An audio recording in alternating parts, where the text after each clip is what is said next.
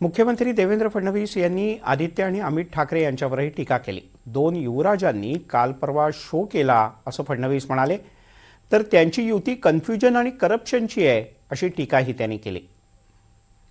आता बघा, ते दोन युवराज त्या ठिकाणी परवा एक कुठला तरी शो करत होते।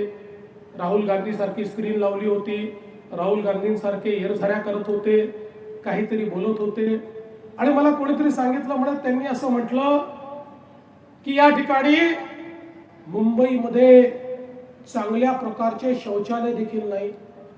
आता आम्हाला काय विचारता, घरी जाऊन बाबांना किंवा काकांना विचारा, 25 वर्षामध्ये मुंबईमध्ये शौचालय पण का तयार झाले नाहीत याचं उत्तर आम्ही द्यायचं की बाबांनी आणि काकांनी द्यायचं? मला कोणीतरी म्हणालं कार्टुनिस्ट आणि कॅमेरामॅनची युती झाली। मी म्हटलं नाही, असं म्हणणं योग्य नाही।